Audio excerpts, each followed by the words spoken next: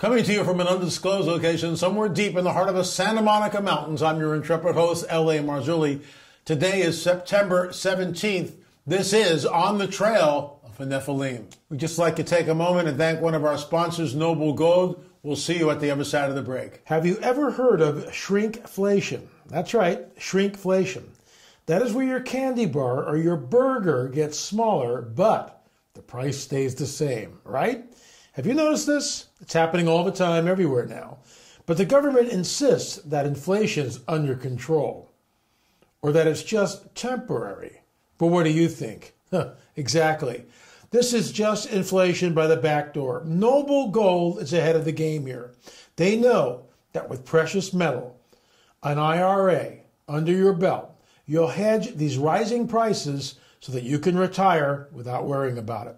You'll keep up with the inflation the folks in Washington are trying to hide. And this month, to thank you and to get your precious metal project off to a flying start, Noble Gold is giving away a free 5-ounce solid silver America the Beautiful bullion coin with every qualifying IRA or 401k rollover. Folks, now's the time to do it. www.noblegoldinvestments.com or call us at 877-646-5347. That's noblegoldinvestments.com, or please give them a shout out at 877-646-5347. I say this every show. There is a hidden history which has been deliberately obfuscated from the peoples of the world. Once again, this is Saksi Rahman. I will be talking about that in a future show. Look at the megaliths. Look at this little person down at the bottom there on the left-hand side. It's just like, and then look at these just ginormous stones. Who carved them? The quarry is like 40 miles away, according to Brian Forrester. I mean, seriously, we're supposed to believe the Inca did this? I don't think so. There is a hidden history. Something happened on this planet. And here's the deal. Our overarching scripture is Genesis 3:15, which talks about the seed war. Well, basically, the scene is Jesus, Adam and Eve, the dragon, and the pre-incarnate Christ, the pre-incarnate Jesus says to the dragon, your seed will be at war and enmity with the seed of the woman, the offspring of the woman. He, Messiah, will crush your head. Well, the dragon doesn't like that. 3 chapters later, we get the first incursion of the Nephilim. When the sons of God saw the daughters of men that they were beautiful, comely, fair, they took wives, plural. They took wives. They had children by them. These were the men of renown. The Nephilim were on the earth in those days and also afterwards. It's real simple. That's the whole new book, Countermove, which talks about how the Nephilim returned after the flood. But here's the deal. If that's true, if the Nephilim were here, then is there evidence of that? And in my opinion, absolutely. Just look at Saksi Rahman. So just really quick, Politics, Prophecy, and the Supernatural Report, the only place you can see that, the full Monty, is on our Rumble, Roku, and Bitchute accounts. My hair is on fire most days. I get to say what I want without any type of censorship. Go to Rumble, Roku, or Bitchute. But here on YouTube, it's just On the Trail. That's all we're going to do. We move the politics over to another platform, Rumble, Bitchute, or Roku. So check that out. Get the free app, lamarzulli.net. Never miss another episode. So here we go. And once again, that's pretty obvious there. Roku, Bitchute, or Rumble. But I digress. So this is really not in our film series yet. I mean, I've alluded to it, the Silistani Towers, but I've never really done a lot of work with it, which is why we're bringing it in here. The Silistani Towers are right off Lake Titicaca, Lake Puno in Peru. And it talks about who built these as tombs. And you'll see a little bit later. This is sort of a review. Then we'll get up to our clip where I'm interviewing Brian Forrester at the base of the site at Silistani. Behind us is a round Inca funeral tower, but it's really not a tower, made of indigenous rocks. And you'll hear Brian weigh in on that in just a moment. So really quickly, because we know we get new people in here every day, welcome to Silistani. It's one of the strangest places I have ever been. And off to, when you're up at the high place where the towers are, there's this island here. and it totally has a flat top. And when you look at the terrain around it, it's very up and down, up and down. So here's the first shot of one of the towers. Notice it's conical, and I use this as a prop every day here, talking about this. And right after the clip with Brian, I want to revisit the geometry, because what we're looking at is something that's incredibly advanced here. So we're told that the Inca or the Maya Indians built this. These are head-sized stones or smaller. The indigenous stones just picked up, but the stones to build this tower here are taken from a quarry miles away. How were they transported? This is the foundation stone. Once again, you'll notice the absolute perfect symmetry here. It gives you an idea of just how large the towers are, as a human figure is seated at one of the entrances to the so-called tombs, but I don't think it was that at all. These towers were used for something, and you'll hear Brian speculate on that. Something cataclysmic happened to the towers. We know that things are just, and you can see that after thousands of years, the stones are still lying at the base of the tower. They're really big, they're heavy, and no one carts them away. So it's amazing. You'll also notice that the stones are carved out right here. Stones are carved out. Why are the stones hollowed out? This is a great shot because you can see not only the symmetry of the stonework, but you can see that it's so elaborately and so well crafted. It's just incredible. There's this little key, and we'll get into that in a future show, that bronze was used to join these stones together. Bronze keys. It was melted and then poured into the stones to hold them together. And it gives you another shot here, just how perfect the foundation is. Stones at the base, they're carved out. There's mysterious basins and niches in them. Here's a great shot of one of the towers, and you can see that something cataclysmic happened. It sort of blew the backside of the tower out, which is why we see all the debris right there on the backside of the tower. So what happened? We have no idea. Lots of speculation, another shot of it. So here's the film with Brian Forrester, who is our guide, along with his lovely wife, Irene. And, Brian and I are at the base of the Silistani Tower. The elevation's up there, pretty high, and you can hear me. I sound different there than I do here. And that's what happens when you go from sea level in Lima, and then you find yourself way up there, 10, 12,000 feet up, and it can do a number on you. But here we go. Let's run the clip.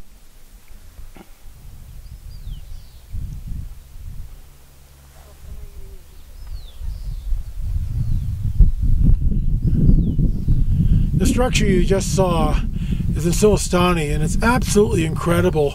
If I were to build a structure out of wood, most of the time I would build it in a square or rectangle or whatever.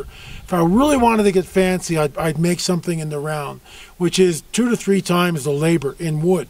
However, what we see here is a structure in stone. And what's astounding, the structure is in a circular pattern, and to make it even more complex, it's narrow on the bottom and then gradually flares up. Whoever did this, and we're not up there yet, so I don't know what the joints look like, but I'm going to just conjecture here that the stones are probably placed extremely tight, and these are master builders. Brian, weigh in on this for us, please.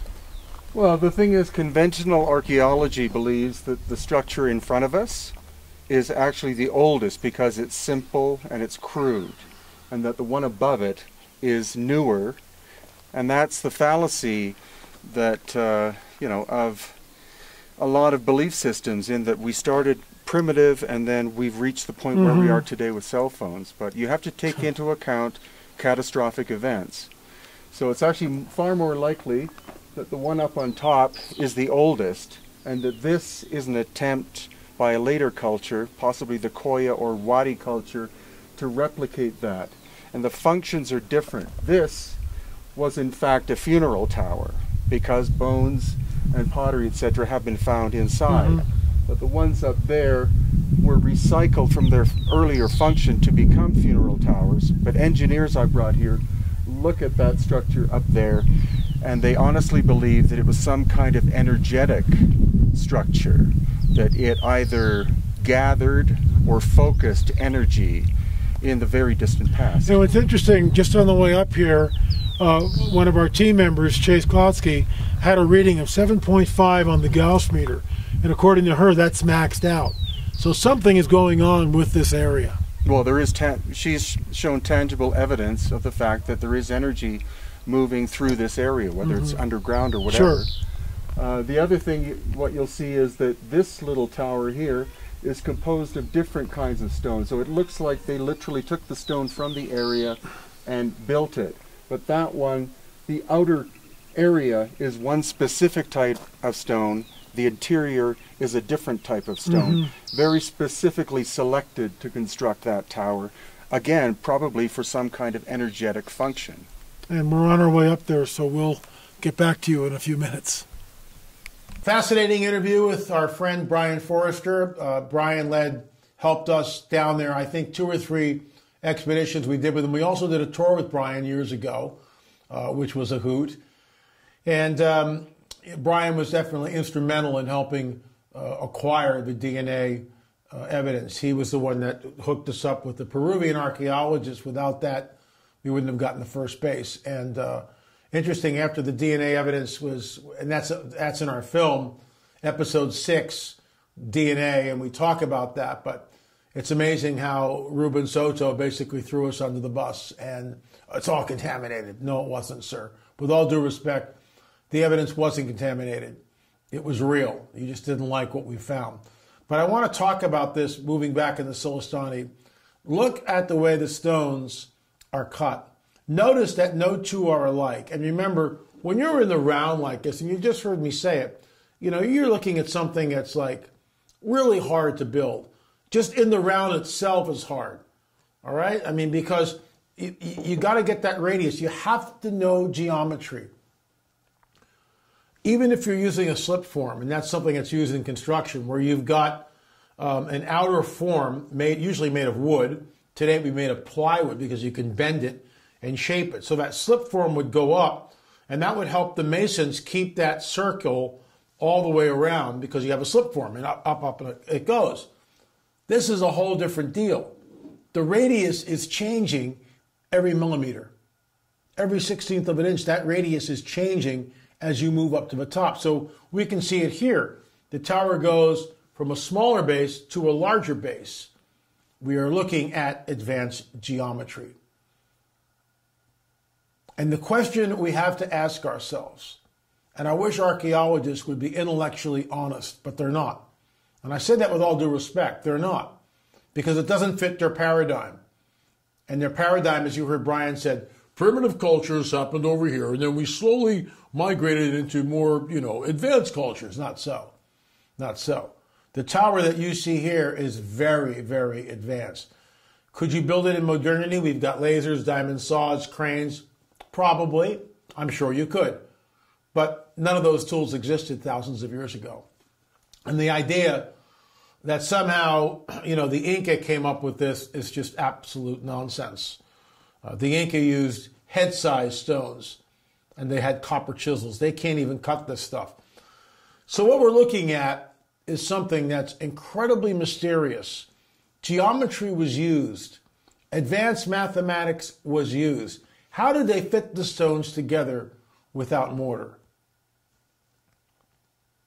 How did they transport the stones? How did they cut the stones? Whoever did this took all their tools and left the scene. There's not a vestige of it anywhere. Same thing like in Sacsayhuaman, that first picture that I show you, ancient megalithic structures, Nephilim architecture, fallen angel technology. And admittedly, that's conjecture on my part. We don't know who built these. But in my opinion, what we are looking at when we look at the towers like this is fallen angel technology, Nephilim architecture. We'll continue on the trail next week with a whole new site, and I think you'll find it interesting. In the meantime, if you're interested at all, you can download all 7 of them by going to streaming streaming.lamarzulli.net, streaming.lamarzulli.net. Avail yourself of all 7, and you can see in the background, there's DNA, the final results. Fascinating film. Mando Gonzalez, our lead archaeologist on the team, wax eloquent in that film, along with Rick Woodward and so many others. Doctors, surgeons, all come on the record and talk about that these elongated skulls, and you can see them right behind me, right here. These elongated skulls are something genetic. They are not human. Now, what do you do with that? And maybe we'll get into that in a future show. I'm sure we will. Let's move on to our UFO segment. There's a classic disc-shaped UFO in the gun sights of an F-18. Pentagon UFO unit in the Spotlight report mentions off-world vehicles not made on this earth. UFOs are real, burgeoning, not going away. I say that pretty much every day here. Anthony sent me some of these pictures. He's got a lot of them. This is an object in the sky. Look at all the wires. You can see it right above the telephone pole there. We zoom in on it, and you can see it right there. Right there. Very, very clear. Another shot of it. And yet another shot. So the bottom line is this. UFOs are appearing and disappearing. They show up. They dazzle people that are looking at it. They'll do spins and erratically move from one place. They'll jump from one place to another. They'll just disappear. They'll go into a cloud and never come out the other side. And it's high strangeness. This is close encounters, by the way, of the first kind. When you see an object that you don't know what it is, but it's obviously not a plane, not a bird, not swamp gas, not a weather balloon, not a blimp, but something else. Close encounters of the first kind. If you have a story or pictures or UFO video, please send them to me. It's a clearinghouse right here. If you want your name anonymous, we'll just use your first letter of your name. Like if your name is Joy, we'll use a J. Okay? la@lamarzulli.net. la@lamarzulli.net. Look, Jesus warns us that even the elect could be deceived if that were possible. Why do I bring that up every single day? Because we were warned by our Lord and Savior, for those of us who are Christians and are born again. We were warned that something would come that would be so overwhelming that even the elect would be deceived. In other words, deception is the end game here. Deception, something's going to happen that will change everything. And folks, we are headed towards a window of time, which in my opinion is unprecedented. We're already here. We're looking at the everything that's going on globally, and I don't really want to get into that, but I just think that we're in a window of time that prophecy speaks about. I really do. And I know many of you out there believe that also. What was written will come to pass. What was foretold thousands of years ago is unfolding right before us. UFOs are real, and they're not going away. They invade our airspace and do so with impunity. Please consider watching for free. Can't do any more than that. As a watchman, giving it to you for free. Just go to our YouTube channel right here. Look for our UFO disclosure, the coming great deception, and the Luciferian endgame. All I ask is that you would pass it forward. Thanks so much for watching On the Trail of the Nephilim. We'll see you next week with yet another episode. Remember, we'll see you on the air or in the air.